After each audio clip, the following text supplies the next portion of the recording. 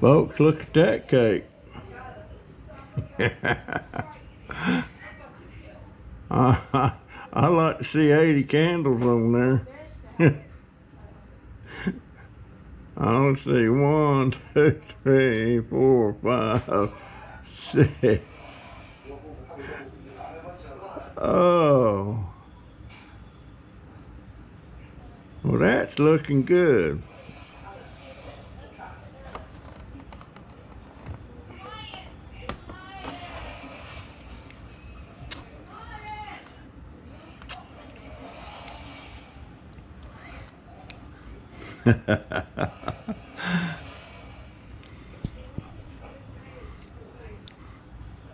Pretty cake.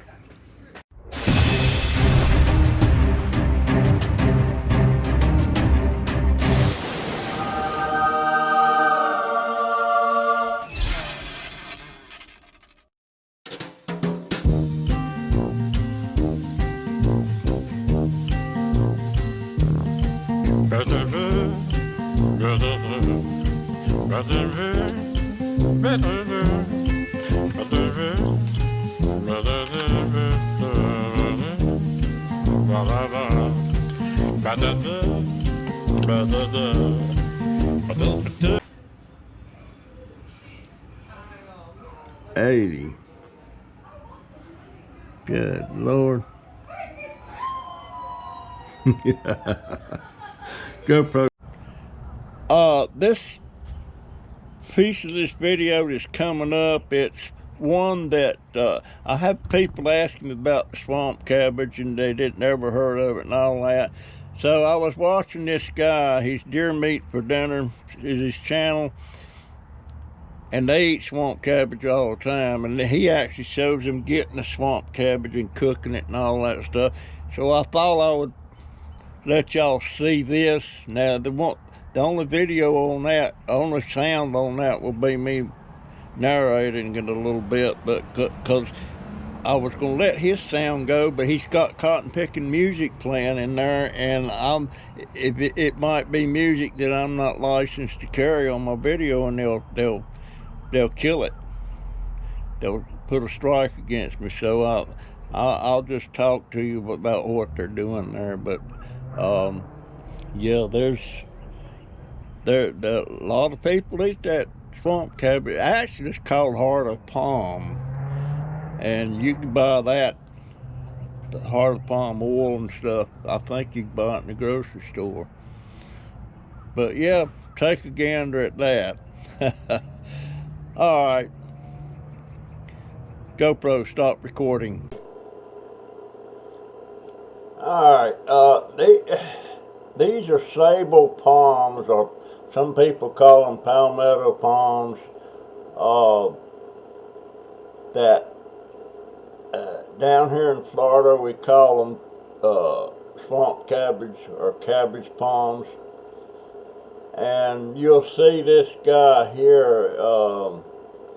He has a channel, it's Deer Meat for Dinner, and he's really into that and fishing and all that stuff. But you see how they're getting that palm tree, they're going to cut it in half, and they're going to show you how they get it.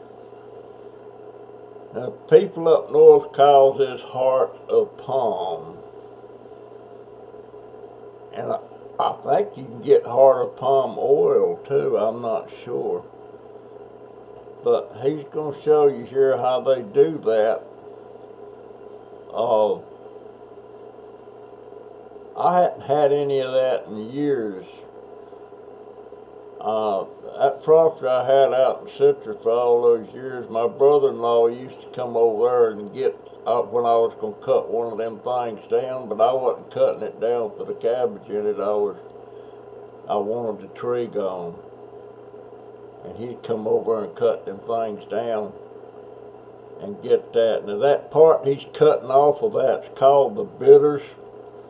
That's part of the trunk, and it's real bitter in taste. It looks like it would be good, but it's not.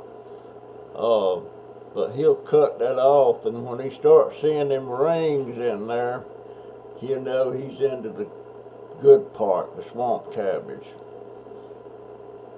That you can see them rings. But that sucker hit that. I think he'll eat anything. He eats iguana. Just anything, you know. He's a very extreme sportsman, you know, and everything, and he does a tremendous amount of fishing. But now you see him cutting that cabbage, you know, and it's going into the pot. And what they're making, it's almost like a stew or something. I've never had it quite like he's fixing it there. But they're putting all kind of tomato sauce and stuff in that, and he's putting some kind of, you'll see here shortly, he's putting something in there that it's I think it's ribs. I think it's ribs he's putting in there. But it looks good. You know, it looks good. Y'all ought to go check his channel out if you know. He does a lot of stuff. Does a lot of stuff. Got a beautiful wife and 2 daughters. And just, he travels all over the place. But these trees he's cutting, he's got a ranch down here in South Florida, and he's cutting them, and those trees are not endangered. They're everywhere. They're everywhere. And you can see that, how that's looking. But I bet that's the way he's fixing it there. I bet it's very yummy. With onions and peppers and all that stuff. But that's what swamp cabbage is. A couple people were asking me more about that, said they'd never heard of it, and I thought I'd run that little clip showing that, how they get it in there. Yeah, there's the ribs and stuff that's in there now. It's almost like a stew, the way he's fixing it there. But just incredible, you know. And it's delicious. It is delicious. I love it. I don't want to go through all the hubbub. Well, I'm not able to do that. But there it is. There comes the bone out. I don't know if that was ribs or beef ribs or what. Anyway, that's swamp cabbage, my friends.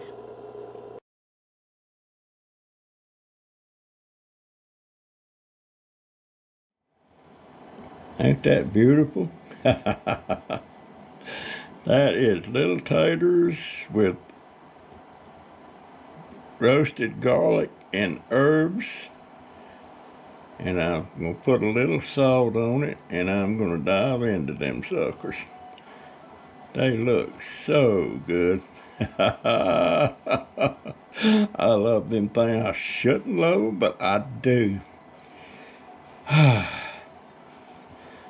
Got my live stream coming this afternoon at 5 o'clock, and then at 9 o'clock Eastern Standard Time, I'm going to tune in to Been Living with, oh my God, Been Living with Big G. I have to be careful when I say his name, because I'll say Bin Laden. Okay, I'm sorry, Big P. It just, I don't know why that comes slipping out like that. But it's been Living and Big G. And I will see you tonight at 9 o'clock Eastern Standard Time. I will be on Been Living with Big G's live stream. And if I understand right, there's going to be some other people on there. So we'll see how that goes. But I really like that man. Oh. Okay.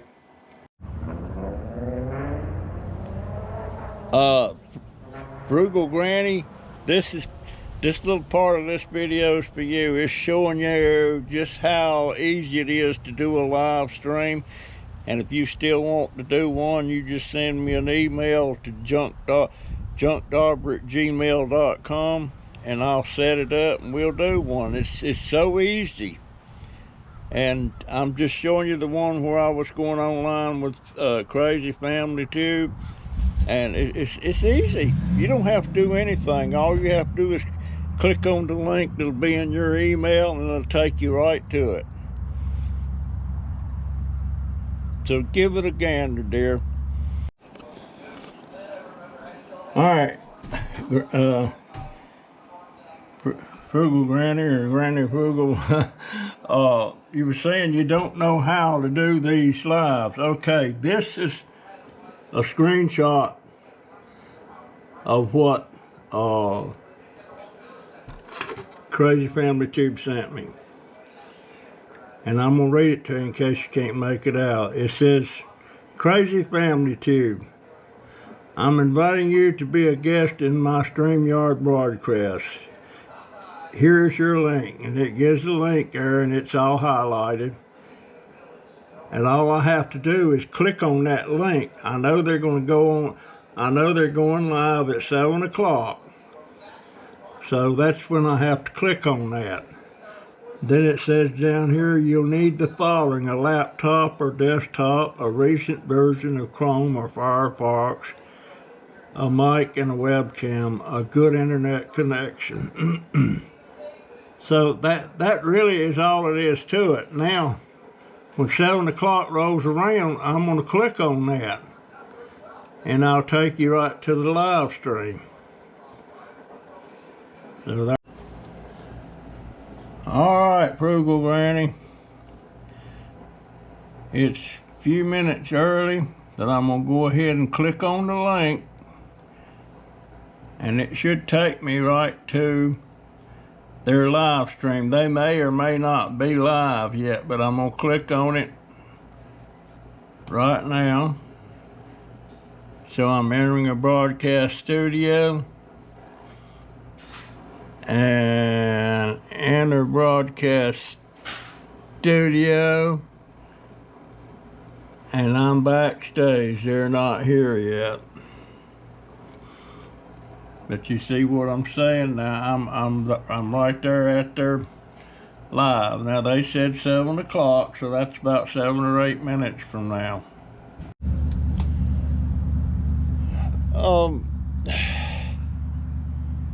I've got a lot of new subscribers.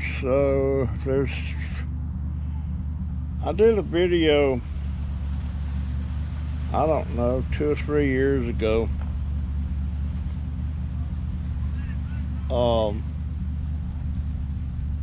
I remember right, I entitled it Notes from Heaven.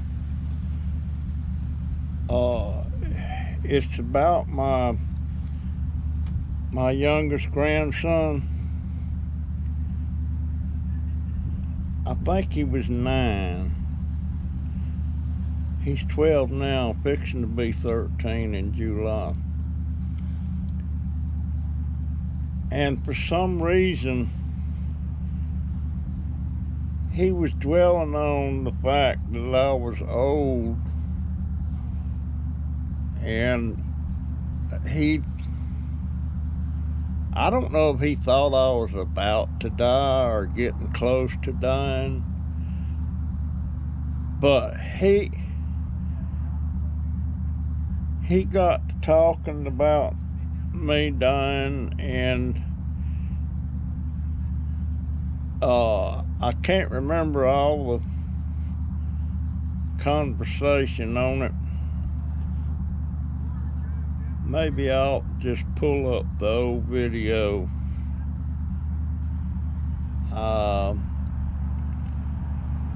I think that's what I'm going to do. Pull up the old video. He was very emotional about it and everything, but I'm gonna pull up the old video and post it again.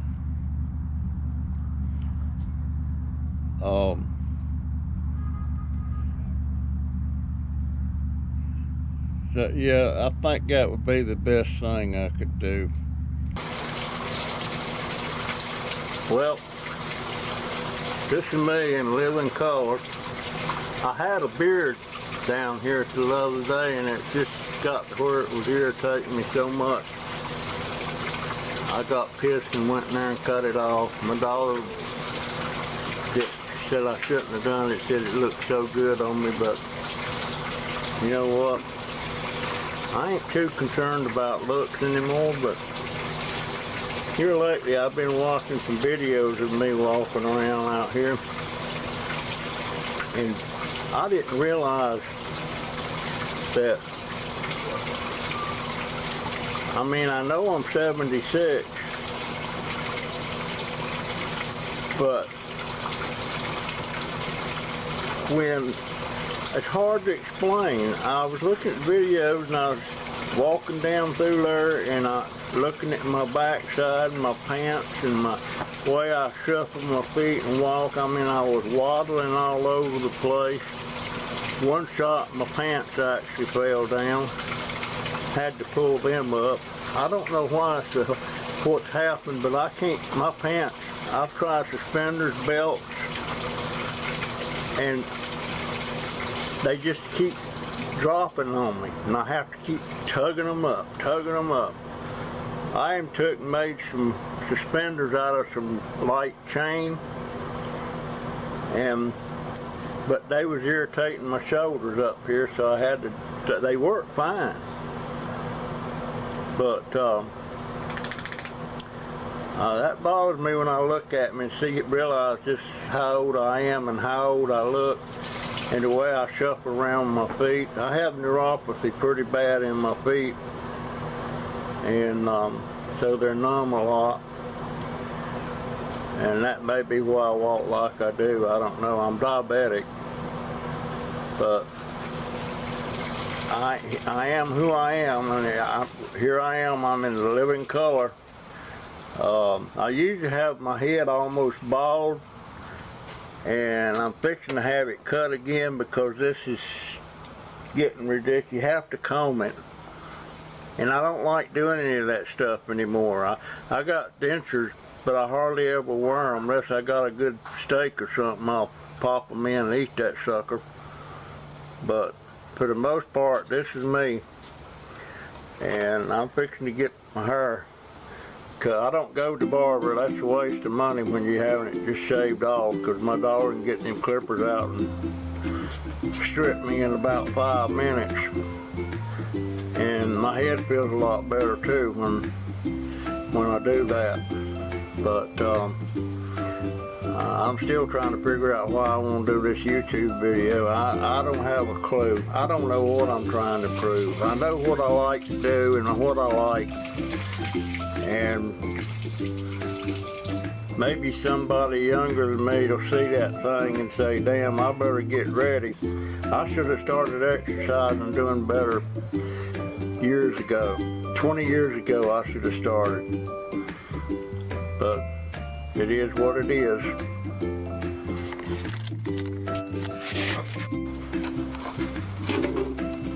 All right, time to take another break. Lord have mercy. I tell you what.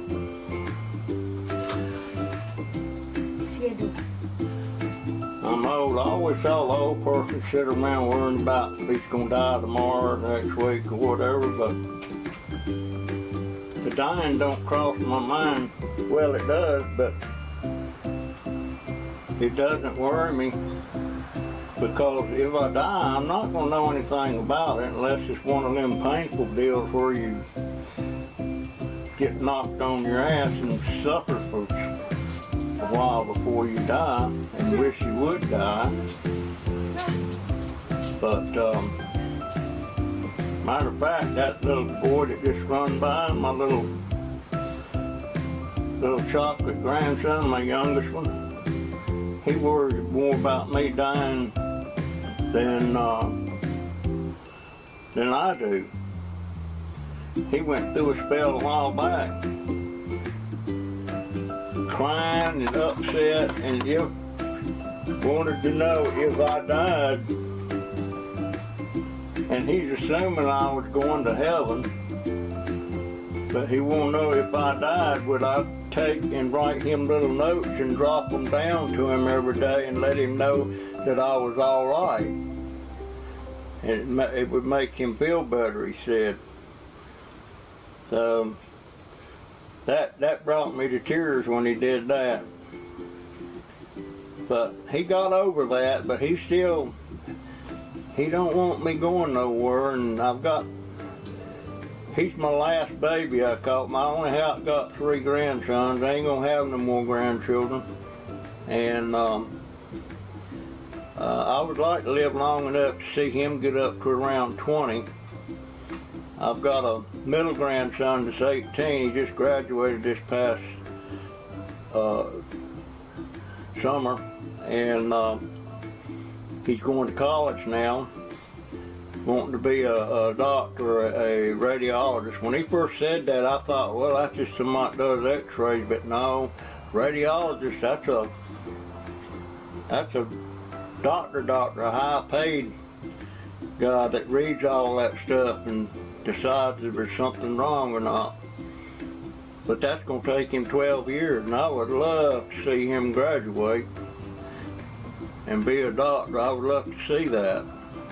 My oldest grandson, he's 27, and he has cerebral palsy, and he has issues. To look at him, you can't really see that he's got CP, but if you're around him a little bit, you know something's wrong. He's on disability. I feel so bad for him. Just makes me cry sometimes, think about it. But he's doing okay. Right now, he's working the job.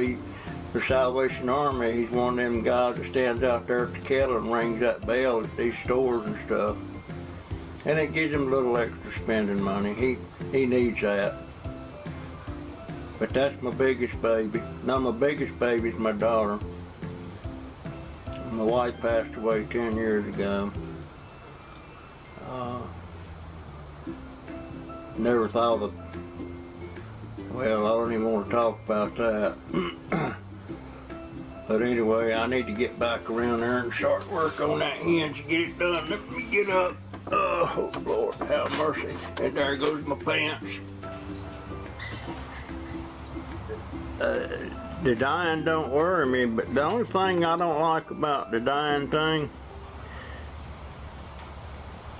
is when I'm gone,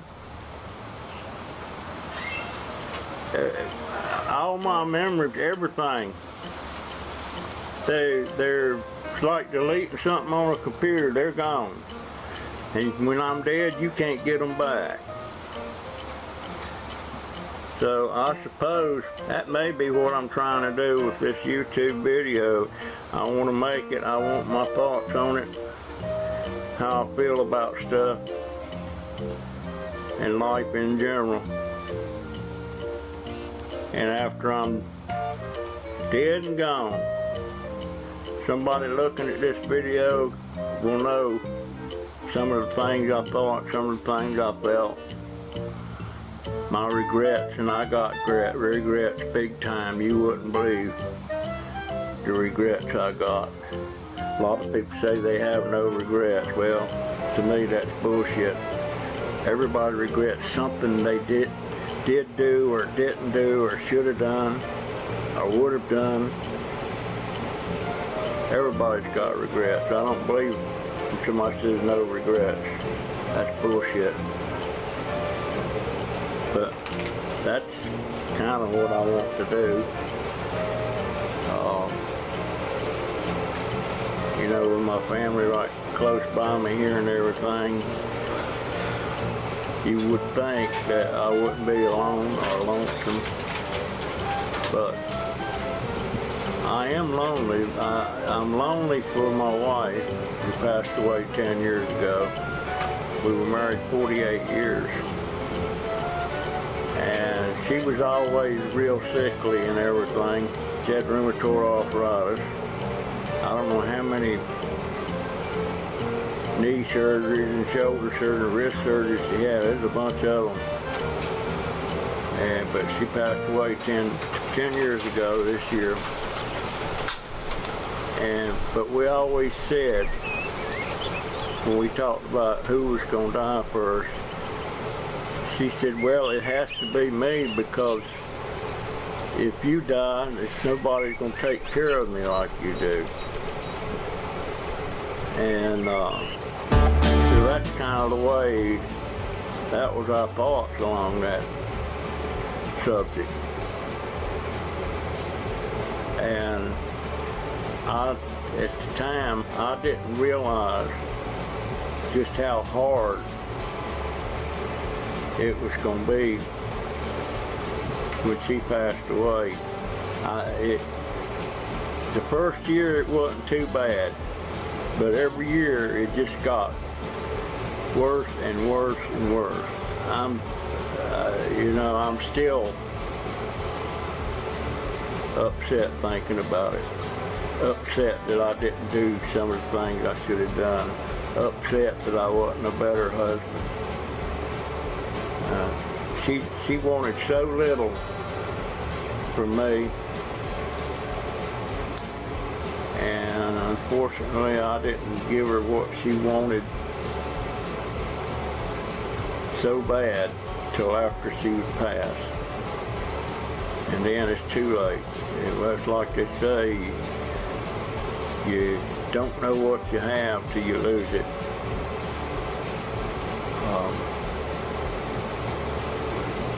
I lost it. She was on life support for about a month, and some of the nurses was telling me I need to take her off of that because she's never going to come back. And then her sister, I told her sister I'm thinking about putting her in hospice and let them keep that on just in the chance that she might come back. And her baby sister started crying and begging me. Said, Russell said, please don't do that to her. Don't let them cut into her and hook her up to all that stuff. She wouldn't want that. So I did what they wanted. I didn't do what I wanted. I wanted to keep her. I don't know how long I would have done that. But 48 years, I know every little blemish on her neck or her arms or a freckle on her leg. And it was a comfort in a way that I could sit there and talk to her knowing she probably can't hear me.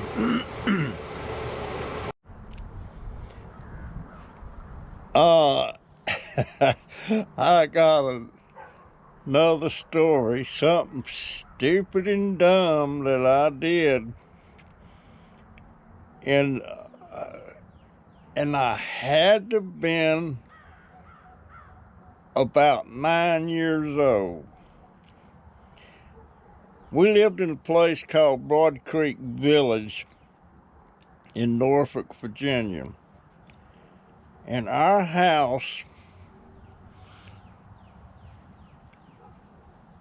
was in a corner that bordered on Princess Anne Highway and a main railroad track. And I mean several tracks, and it was always train cars parked out there and always big trains coming by.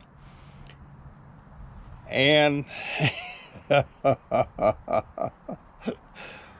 me and a couple of boys and there was two girls. There was about 5 or 6 of us, and there was a bunch of cars parked on the track there. It was a long train, and it'd been sitting there a couple of days, and one of the box cars was open.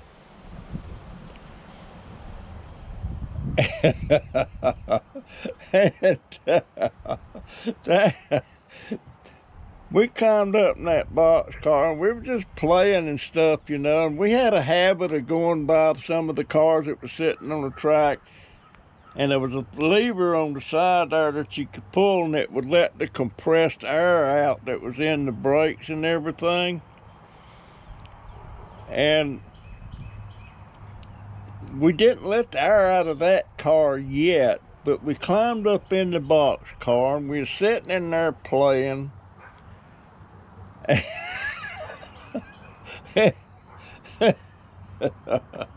all of a sudden, the dang train started moving, and we couldn't tell it at first, but then somebody said, "Is this moving?"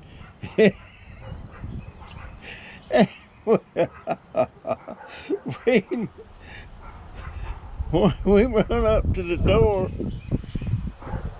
and it was already moving it was moving too fast for us to jump off by the time we figured out we was in deep doo-doo. And they must have pulled that thing a mile, maybe 2 miles, way down the track. Of course, by then we were scared to death. We didn't know where we was going.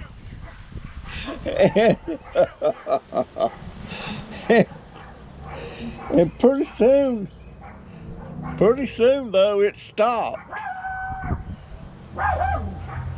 And we got, is that my dog? Bailey. Bailey. Pretty soon it stopped. And we come piling out of that thing.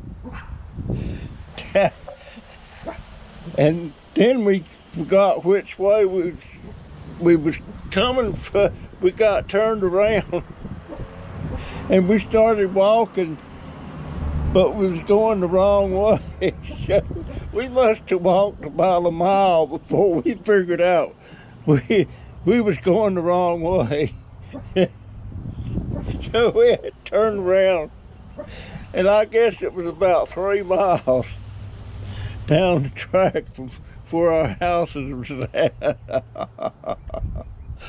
Oh my gosh. That was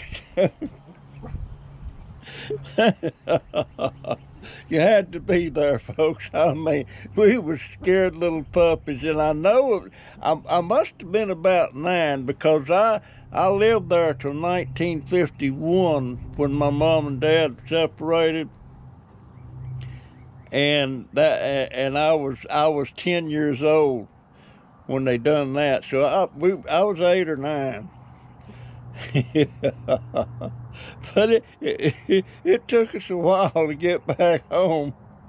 But I'm gonna tell you what, we never climbed in no more trains. But now I know that actually that was what they call a marshalling yard, where they hook up trains and get them all ready to go wherever they're going, because there was like 7 or 8 railroad tracks down through there. So we were scared puppies, but we hung out on that track a lot, you know. And sometimes there would be a train sitting there, and it had a caboose hooked up to it, and there was a black man that was a cook or something on that caboose in another car, and he used, when one of them was like that, they'd always give us, you know, a biscuit or something, you know, and we was glad to get them. But we hung out on that track a lot, but we Yeah, we, we didn't come in no more empty box cars. Now, I did jump in a boxcar when I was older and went about 20 miles. I thought I wanted to be a hobo. And I got on one and it started moving, and I hadn't made no plans or anything, you know.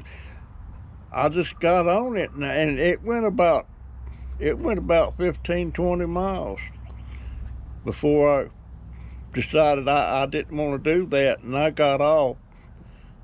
And I didn't get home. Of course, I was older when I done that, you know.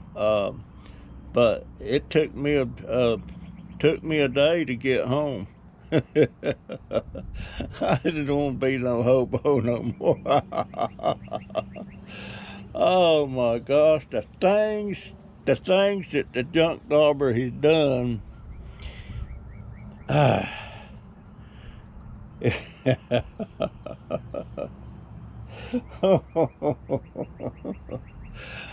Oh, well, that'll be my story for today. So, I'll catch you in the next one. Oh, I had another story that come to mind too about the time I went to this girl's house unbeknownst to her parents and everything, and the plan was we was just gonna sit out there in the yard, you know, and of course it was like midnight. That didn't go off too good either. Oh well, I'll see you in the next one, folks. Thank you so much for watching my video.